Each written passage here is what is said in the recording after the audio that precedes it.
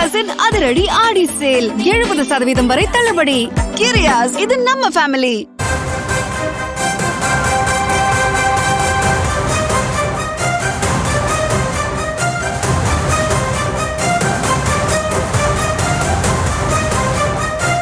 தூத்துக்குடியில் விசாரணை கைதி அருணாச்சலம் உயிரிழந்த நிலையில் அவருடைய உடற்கூறு ஆய்வு நிறைவு பெற்றிருப்பதான அன்னை செய்தியை நாம் பார்க்கிறோம்.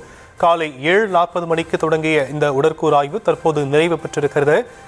விவரங்களை நம்முடைய செய்தியாளர் முத்துராமன் வழங்க நாம் கேட்கலாம். முத்துராமன், தற்போதைய விவரங்கள் என்ன? வணக்கம் ஷாம். தூத்துக்குடியில் அருணாச்சலம் என்பவர் கடந்த 17ஆம் தேதி மது விற்றதாக கூறி தென்பாகம் காவல்துறையினர் விசாரணை அளித்து மருத்துவமனை சிகிச்சை பெற்று பலனின்றி இருந்தார்.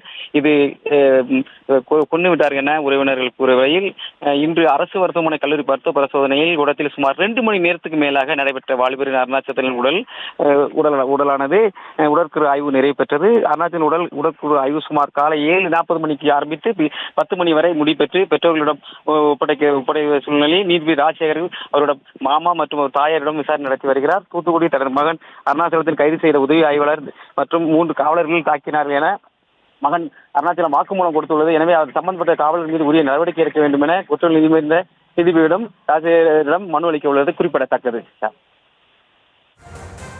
தற்போதைய விவரங்களுக்கு நன்றி முத்துராமன்.